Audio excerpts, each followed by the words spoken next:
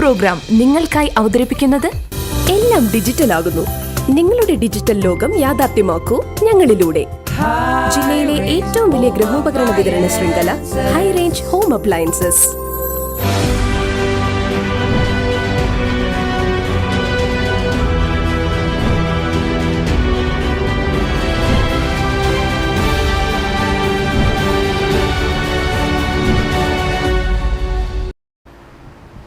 സംസ്ഥാനത്തെ പ്രധാന ഏലം ഉൽപാദന കേന്ദ്രമായ ഇടുക്കിയിൽ താപനില ഉയർന്നതോടെ ഏലം കർഷകർക്ക് നെഞ്ചിടിപ്പേറി. മുൻവർഷം ഉഷ്ണതരംഗത്തിൽ ചെറുകിട കർഷകരിൽ പലരുടെയും ഏലച്ചെടികൾ ഉണങ്ങി നശിച്ചിരുന്നു. ഇതാണ് ചൂട് കടുത്തതോടെ കർഷകരെ ഭയപ്പാടിലാഴ്ത്തിയത്. ചൂട് കനത്തതോടെ നിലവിൽ ഹൈറേഞ്ചിന്റെ വിവിധ മേഖലകളിലെ തോട്ടങ്ങളിൽ ഏലം വാടിത്തുടങ്ങിയതും കർഷകർക്ക് തിരിച്ചടിയായി.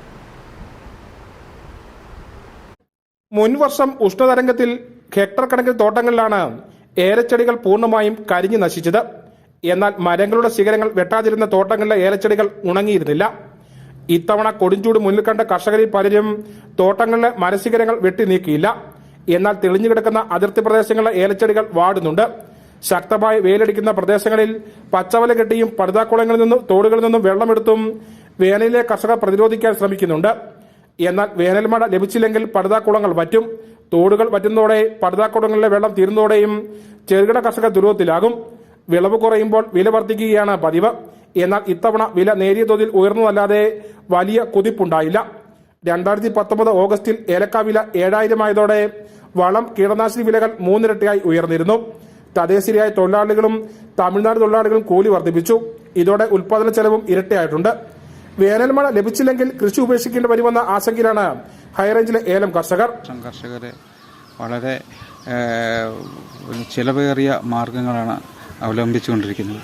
നമുക്കറിയാം, ഇന്ന് നമ്മുടെ ഏത് പ്രദേശത്തൂടെ, ഇടുക്കി ജില്ലയിലെ ഏത് പ്രദേശത്തിലൂടെ യാത്ര ചെയ്താലും മൊത്തം പച്ചനെറ്റ് ഏലത്തിന് മുകളിൽ വലിച്ച് കൃഷിയെ സംരക്ഷിക്കുന്ന ഒരു കാഴ്ചയാണ് കാണാനുള്ളത്. നമുക്കറിയാം, ഒരു ഏക്കർ സ്ഥലത്ത് പച്ചനെറ്റ് ഉപയോഗിച്ച് തണൽ ലഭ്യമാക്കണമെങ്കിൽ ലക്ഷക്കണക്കിന് രൂപയുടെ നെറ്റ് വാങ്ങിക്കേണ്ടതായിട്ടുണ്ട്. അത് കർഷകരെ പണയം വെച്ചും പലിശയ്ക്ക് പണം വാങ്ങിച്ചൊക്കെയാണ് ഈ കൃഷിയെ സംരക്ഷിക്കുന്നതിന് വേണ്ടിയിട്ട് ഈ പച്ചനെറ്റ് നിലവിൽ വാങ്ങിച്ച്. മുൻവർഷത്തെ അനുഭവം കണക്കിലെടുത്ത് ഇത്തവണ വേനൽ തുടങ്ങിയപ്പോൾ തന്നെ കർഷകർ തങ്ങളുടെ തോട്ടങ്ങൾ ഗ്രീൻനെറ്റ് ഉപയോഗിച്ച് സംരക്ഷിച്ചിരുന്നു.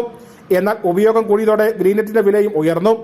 ജലസേചനത്തിന് ഉപയോഗിക്കുന്ന ഹോസിന്റെ വിലയും ഉയർന്നിട്ടുണ്ട്. ചിലയിടത്ത് ഗ്രീൻനെറ്റ് കിട്ടാനില്ലാത്ത അവസ്ഥയുമുണ്ട്. ഗ്രീൻനെറ്റ് ആവശ്യത്തിന് ലഭിച്ചില്ലെങ്കിൽ തണൽ കുറവുള്ള തോട്ടങ്ങളിലെ ഏലച്ചെടികൾ ഇത്തവണയും നശിക്കുന്ന അവസ്ഥയുണ്ടാകും. Idukki vision news, Kattappana.